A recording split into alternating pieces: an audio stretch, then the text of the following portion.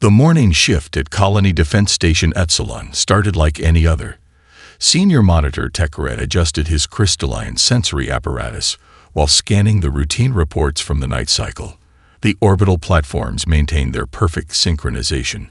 The atmospheric shields hummed at optimal frequency, and the quantum detection grid showed nothing but the usual space debris. Perfect order, as always, just as the Scathuri preferred it.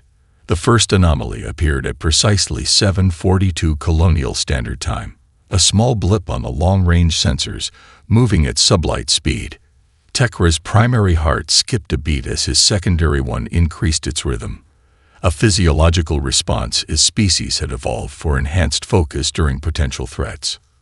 Station Control, we have an unidentified vessel approaching from Vector 227 Mark 43, he announced, his voice calm despite the growing concern. The approaching ship wasn't using any known propulsion signatures. Instead, it appeared to be utilizing a crude form of chemical propulsion, something the Scathuri had abandoned centuries ago. The command center erupted into efficient activity. Junior monitors activated their stations, their four-fingered hands dancing across holographic interfaces. Defense Coordinator Valsha emerged from her meditation chamber, her scales shifting from a peaceful azure to a more alert amber hue. Analysis. Valsha demanded, her voice carrying the weight of authority. Tekra transferred the sensor data to the main display. The vessel appears to be primitive. Coordinator. Metal-based hull construction, chemical propulsion systems, and what appears to be projectile-based weapon systems. He paused, double-checking the readings. But there's something unusual about its movement patterns. The ship wasn't following any standard approach vectors. Instead, it adjusted its course in subtle ways that somehow managed to avoid their automated tracking system's prediction algorithms. It was as if the vessel was intuiting the blind spots in their defense grid. Valsha's scales darkened. Impossible. No primitive species could detect the quantum gaps in our sensor network. The calculations alone would require multiple course corrections detected. Another monitor interrupted. The vessel is. It's using the stellar radiation peaks to mask its signature. That's why our systems didn't detect it sooner. The command center fell silent. Using natural phenomena as stealth coverage was a basic theory, but implementing it required either incredibly advanced computers or impossible, Valsha whispered. They're doing the calculations in real time, manually. The ship continued its approach, each movement demonstrating a degree of spatial awareness that should have been beyond its technological capability. Tekra watched as it navigated the complex gravitational eddies created by the binary star system with almost organic grace. Scan for energy signatures, Valsha ordered. I want to know their defensive capabilities. The results only deepened the mystery. The vessel's hull was lined with what appeared to be simple metal plating, but the composition was unlike anything in their database. Layers of different materials were arranged in patterns that seemed random at first glance, but somehow managed to deflect their scanning beams. By the first light, Tekra breathed. They've created an analog deflection system. No quantum fields, no energy barriers, just precisely arranged materials that naturally scatter our scans. Valsha's scales shifted to deep crimson. Raise the defense grid to full power. Alert the colony. All units to combat positions. Her voice carried across the command center with crystalline clarity. And someone tell me how a species using chemical rockets managed to build a hull that our most advanced sensors can't penetrate. As the alert klaxons began to sound throughout the colony, Tekra couldn't shake the feeling that they were missing something fundamental about this situation. The approaching vessel's primitive nature seemed less like a weakness and more like a deliberate choice, as if its creators had found strength in simplicity that the Scathuri's quest for technological perfection had caused them to overlook. The vessel's designation finally appeared on his screen, U.S. Tenacity, a simple name for what was proving to be anything but a simple ship. The Scathuri Defense Council gathered in their emergency chamber, a crystalline dome that amplified their collective thought processes. Coordinator Valsha stood at the center, her scales now pulsing between crimson and deep violet as she processed the latest sensor data. "Launch the Type 7 analysis probe," she commanded. "Full spectrum scan. Let's see how their primitive hull handles a direct quantum interrogation." The probe launched from Colony Station Epsilon, its crystalline structure gleaming as it accelerated toward the U.S. tenacity. It was the pride of Scatheri engineering, a device capable of penetrating any known defense through sheer computational power.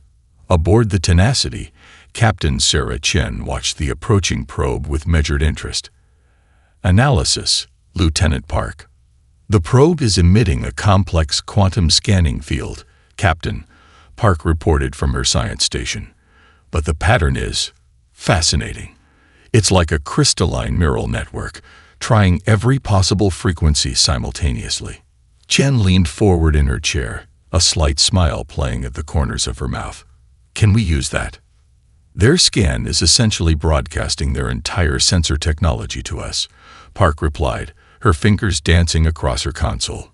"With a few adjustments to our deflector array, yes, we can reflect the signal in a way their systems will understand." The Scatheri command center erupted in chaos as their probe scan suddenly transformed. Instead of penetrating the human vessel's defenses, the quantum field twisted, folded, and reconstructed itself into a recognizable communication protocol. "Impossible," Secondary Monitor Kelvin exclaimed, his scales blanching to pale blue. "They've reconfigured our quantum matrix into a communication beam," Tekra finished, watching in fascination as the first message appeared on their screens. The human captain's voice filled their command center, clear and confident. "Scatheri Colony Station Epsilon, this is Captain Chen of the U.S. Tenacity. We've taken the liberty of adjusting your scan into a more constructive format. We come seeking peaceful dialogue." Valsha's scales rippled with a mix of emotions. They turned our most advanced scanning technology into a simple communication device. "How?" "Not simple," Tekra corrected, studying the rapidly flowing data.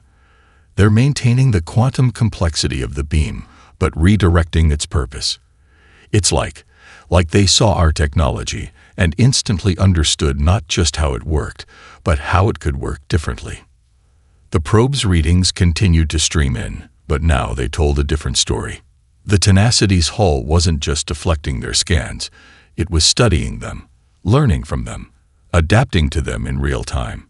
Each layer of metal and composite material served multiple purposes, creating a defensive system that evolved with each new challenge.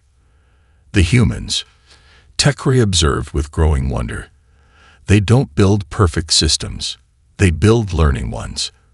Valsha made a decision. "Launch the secondary defense grid. Fold spectrum disruption field." Her scales settled into a deep purple of resolve. "Let's see how they handle our actual combat technology." The space around Colony Station Epsilon lit up with concentrated energy beams, a web of destructive force that had neutralized countless hostile vessels in the past. The beams converged on the Tenacity from multiple angles, each one capable of overwhelming standard shields.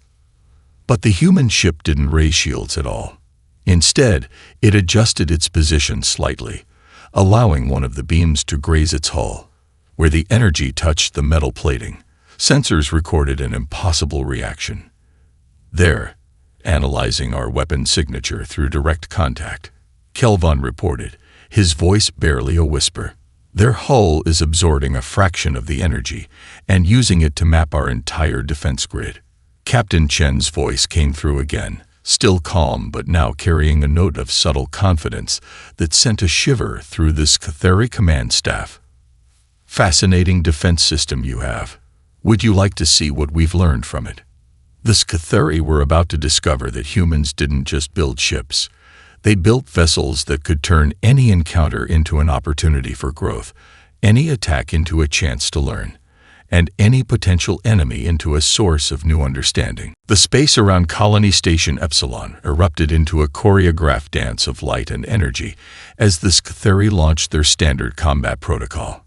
12 defense platforms moved in perfect synchronization, their positions calculated to create an inescapable grid of overlapping fields of fire. Combat Formation Epsilon 7 engaged. Secondary Monitor Kelvin announced, his scales shimmering with anticipation. No ship has ever escaped this tactical pattern. The U.S. Tenacity's response defied every combat algorithm in the Scatheri database. Instead of attempting to retreat or establish a defensive position, the human vessel began moving in what appeared to be completely random patterns. It would accelerate briefly, then cut power entirely, allowing momentum to carry it through the void. Their movements make no tactical sense, Valshia observed, her scales shifting to a puzzled orange hue. Are their navigation systems malfunctioning? Tekra studied the sensor readings with growing fascination. No, Coordinator. They're flying manually. Every course change, every power fluctuation, it's all being done through human control rather than computer guidance. Aboard the Tenacity, Captain Chen sat calmly in her command chair as Lieutenant Rodriguez masterfully guided their ship through the Scatheri attack pattern. Like threading a needle, Rodriguez murmured, his hands dancing across the helm controls with practiced precision. Their targeting systems are highly advanced, Lieutenant Park reported from the science station. But they rely on predictive algorithms. They expect ships to follow logical patterns of movement. Chen nodded, a slight smile playing at her lips. And there's nothing logical about a human pilot's intuition. Keep it random. Lieutenant Rodriguez, let's show them why sometimes the best pattern is no pattern at all. The Scatheri combat computers struggle to adapt. Their targeting systems, designed to calculate probable flight paths and intercept points, found themselves attempting to predict the unpredictable. Every time they established a firing solution, the Tenacity would already be somewhere else, moving in ways that seemed to defy basic tactical doctrine. Impossible, Kelvin exclaimed as another barrage of energy beams missed their mark. They're anticipating our targeting corrections before we make them. No, Tekra corrected, his scales paling as understanding dawned. They're not anticipating anything. They're simply refusing to follow any predictable course. Our systems can't target them because they're not trying to evade in any way we understand. The dance continued as the Tenacity wove through the defense grid. Each movement seemed random yet served a purpose. When the Scatheri platforms adjusted their positions to establish new firing lanes, the human ship was already exploiting the gaps created by their movement. Then the humans added another layer to their unconventional strategy. The Tenacity began ejecting small pieces of debris, fragments of metal and crystalline material collected from their earlier scanning of the Scatheri weapons. Debris field deployment serves no tactical purpose, Valshia stated firmly. Our energy weapons will simply. Her voice cut off as she watched the Tenacity's next maneuver. The human ship positioned itself so that the Scatheri energy beams struck the debris field at precise angles. The crystalline fragments, collected from their own probe, reflected and scattered the beams in unpredictable patterns. They turned our own energy signatures against us, Tekra whispered in awe. Those debris fragments are positioned to create a randomly reflecting barrier. Every time we fire, we can't predict where our own beams will end up. In the command center, the Scatheri watched as their perfect combat formation dissolved into chaos. Their energy weapons, reflected and scattered by the debris field, forced their own platforms to raise shields and adjust positions, creating even more gaps in their carefully planned coverage. Captain Chen's voice came through their communication system again. We appreciate the combat exercise, but perhaps we could move this discussion in a more constructive direction. Your defense grid is impressive, but as you can see, sometimes the best way to handle a perfect system is to introduce a little controlled chaos. The Scatheri were beginning to understand that they weren't just facing a different type of technology. They were facing a fundamentally different way of thinking about space combat itself. The Scatheri Command Center hummed with renewed purpose as Coordinator Valshia initiated their final defensive measure. Deploy the quantum barrier, she ordered, her scales shifting to a confident deep blue. Full spectrum, maximum density. A shimmering wall of energy materialized around Colony Station Epsilon, its surface rippling with complex patterns of light and dark. The barrier represented the pinnacle of Scatheri defensive technology, a quantum field that could adapt to and neutralize any known form of energy weapon or physical projectile. Barrier at full power, Tekra reported, studying the readouts. The field is stable and... He paused, tilting his head in confusion. The human vessel is transmitting something. Audio frequencies. Aboard the U.S. Tenacity, Chief Engineer Marcus Wong stood at his engineering station, fingers dancing across the control panel as he analyzed the barrier's energy signature. 20 years of playing violin had taught him to recognize patterns in vibration and resonance that others might miss. "Captain," Wong called out, excitement creeping into his voice. "This barrier, it's not just an energy field. It's oscillating at specific frequencies, like a crystalline instrument." Captain Chen turned in her chair. "Explain." "Every energy field has a natural resonance," Wong continued, pulling up a visual display. "But this one, it's maintaining its stability through a complex harmony of quantum frequencies. It's actually beautiful, like a symphony at the atomic level." Lieutenant Park's eyes widened as she studied the readings. "The pattern does resemble musical harmonics. But how does that help us?" Wong's fingers flew across his console, making rapid adjustments. "I've been modifying our old radio equipment to study their quantum communications. If we transmit the right counter-frequency..." He paused, then smiled. "Captain, request permission to play some Mozart for our new friends." Understanding dawned on Chen's face. "Do it." In the Scatheri Command Center, the first notes of Mozart's Symphony No.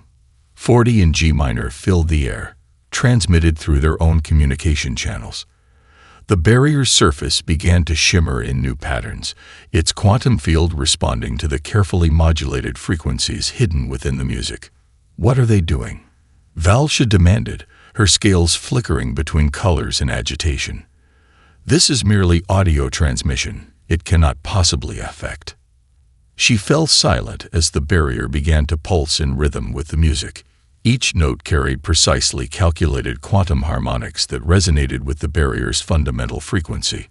The humans hadn't just analyzed their defensive technology. They had found its rhythm, its underlying mathematical poetry.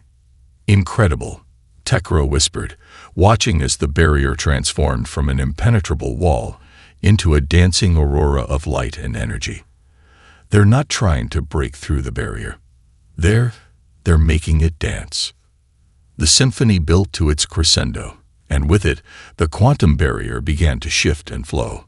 Where once it had been rigid and unyielding, now it moved like a living thing, responding to the music's mathematical patterns. The humans had turned the Scatheri's most advanced defensive technology into an instrument in their concert.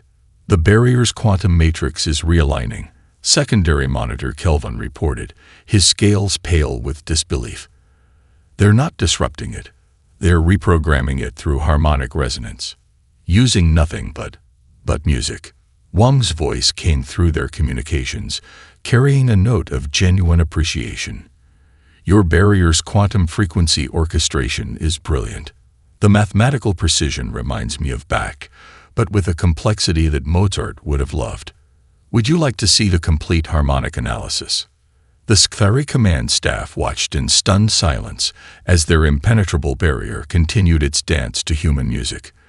They had created what they thought was the perfect defense, only to discover that the humans saw it not as an obstacle, but as an opportunity for harmony. Valsha's scales settled into a thoughtful purple hue as she realized that these humans possessed understanding that went beyond mere technology. They saw patterns where the Scatheri saw only barriers, found music in the mathematics of quantum fields, and turned defensive walls into bridges of understanding. While the quantum barrier continued its harmonic dance, Secondary Monitor Kelvin made an unexpected discovery in the human ship's data transmissions. Their communications included not just tactical and technical information, but vast streams of entertainment content broadcasting from their recreational systems. "Coordinator," Kelvin called out, his scales shifting to a puzzled green. "I'm detecting thousands of simulated space encounters in their databanks. They appear to be games and stories." Valsha moved to his station, her own scales rippling with curiosity. The screens displayed countless human entertainment programs, interactive space combat simulations, dramatic visual narratives about first contact scenarios, and detailed strategic games involving interstellar conflict and diplomacy. "They've imagined this," Tekra realized, his voice filled with dawning comprehension. "Not just once or twice, but thousands of times, in thousands of ways. Every possible scenario, every potential outcome. They've played them all out in their entertainment." The command center fell silent as the implications sank in. While the Scatheri had focused on perfecting their systems and protocols, humans had been rehearsing for this moment through play and imagination for generations. Aboard the Tenacity, Lieutenant Park noticed the increased scanning of their entertainment databases. "Captain, they've discovered our media archives. They're particularly focused on our space exploration content." Captain Chen smiled. "Let them look. Sometimes the best way to understand a species is through their stories." The Scatheri analysts worked frantically to process the sheer volume of human creative content. They found detailed technical manuals for spacecraft that had never existed, strategic analyses of battles that had never been fought, and solutions to problems their own species had never even considered. "Look at this." Tekra highlighted a section of human entertainment labeled science fiction. "They have thousands of scenarios about encountering advanced alien civilizations. They've been solving these problems hypothetically for centuries. In one human game, players had to negotiate with energy beings using modulated photon bursts, similar to how the Tenacity had converted the quantum barrier's frequencies. Another simulation taught players to use gravitational slingshot maneuvers around stars, exactly like the approach vector the human ship had used. Their entertainment isn't just for amusement," Valsha observed, her scales now a deep shade of contemplative blue. "It's a training ground. Every game, every story, every simulation has taught them to think around problems, to find solutions where none should exist." The analysis revealed more. Humans had imagined and resolved countless first contact scenarios, explored infinite possible technologies, and prepared for situations their science couldn't yet achieve. Their creativity had turned entertainment into a vast library of potential solutions. "They're sending us something else," Kelvin announced. "A historical entertainment program about their own species' first steps into space." The command center's main screen filled with images of primitive human spacecraft, their early explorations, their failures and triumphs. The Scatheri watched in fascination as humans repeatedly faced disaster with innovation, turned limitations into advantages, and learned from every mistake. "Their history matches their entertainment," Tekra noted. "When faced with impossible situations, they imagine their way out. They turned speculation into preparation." Captain Chen's voice came through once again. "We noticed you've been exploring our entertainment archives. My crew particularly recommends the classical film First Contact if you're interested in human perspectives on meeting new civilizations. Though I must say, reality has proven far more interesting than fiction." The Scatheri command staff exchanged glances as they realized they weren't just facing a technologically capable species. They were dealing with one that had mentally prepared for this encounter in ways they never could have anticipated. Every human crew member had grown up immersed in possibilities, trained through imagination to think beyond conventional solutions. Valsha's scales settled into a new pattern, one that reflected understanding rather than alarm. "Perhaps," she said slowly, "we should review more of their cultural database. It seems we have much to learn about the power of imagination." The Scatheri Command Center's atmosphere shifted as Captain Chen's next transmission arrived. Instead of tactical data or cultural exchanges, she sent something entirely unexpected: engineering schematics for upgrading their defense systems. "This is impossible," Valsha stated, her scales flickering between disbelief and curiosity. "They're offering technical assistance in the middle of a potential combat situation."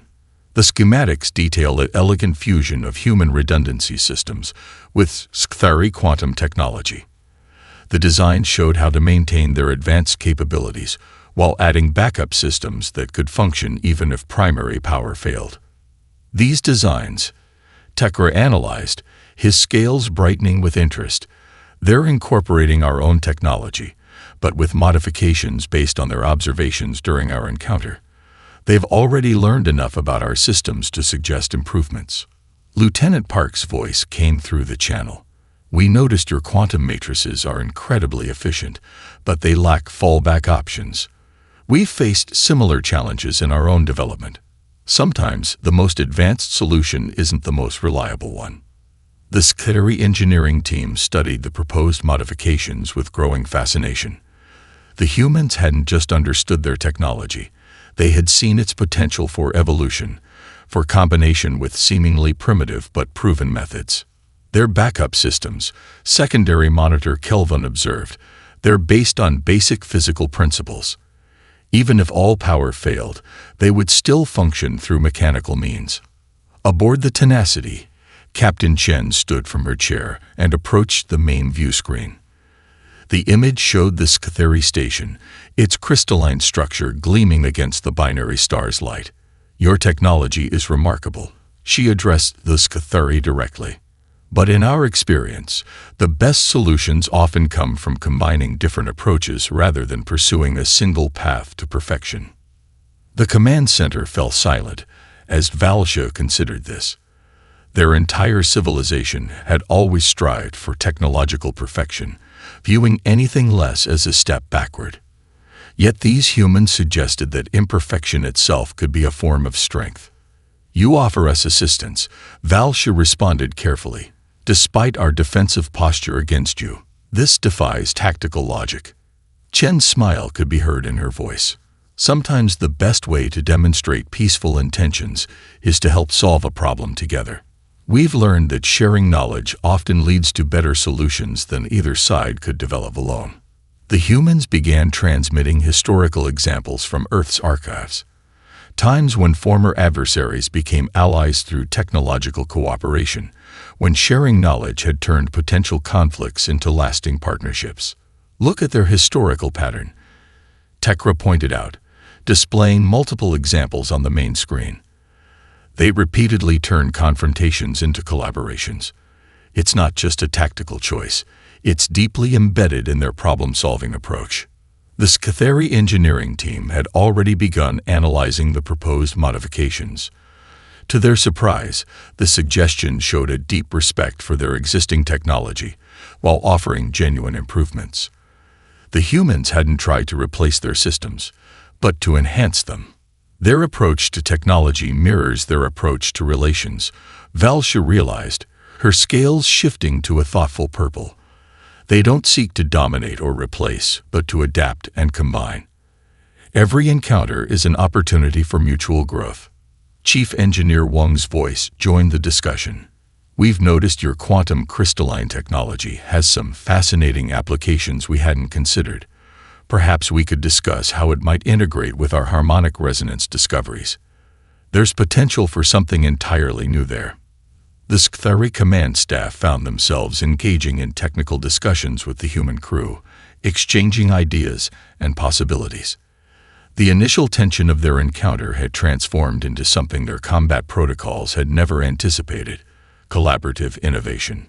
"Perhaps," Valsha announced, her scales now showing the deep blue of decision. "It's time we adjusted our first contact protocols. These humans have shown us that the best defense might not be a barrier, but a bridge." As the technical exchange continued, a sudden power surge rippled through both Colony Station Epsilon and the U.S. Tenacity. The binary stars had released an unexpected solar flare, temporarily overwhelming their primary systems. The Skthari Command Center plunged into darkness as their quantum matrices shut down to prevent system damage. For a moment, panic threatened to overtake the crew. Their perfect systems had never failed before. Quantum grid offline, Kelvon reported, his scales pale with stress. Backup systems not responding. We're losing main computer functions. But through their still-functioning communication link, they heard something unexpected from the tenacity. Calm, coordinated activity. No panic, no chaos, just the smooth sound of a crew executing well-practiced procedures. Switching to analog backup systems, Wang's steady voice came through. Manual control engaged. Mechanical navigation systems online. Lieutenant Rodriguez, you have direct helm control. The human ship's external lights switched to a softer glow. Emergency power, but stable and consistent. Their movement remained precise, even without computer assistance. Impossible, Tekra whispered, watching their sensors. They're maintaining full operational capability without quantum computer guidance. How? Captain Chen's voice carried a note of gentle understanding. We noticed you're having some power fluctuations. Would you like us to talk you through our emergency protocols? We have quite a bit of experience with systems failure. In the darkened command center, Valsh's scales shifted to a humble shade of blue. You plan for failure. Build systems expecting them to break.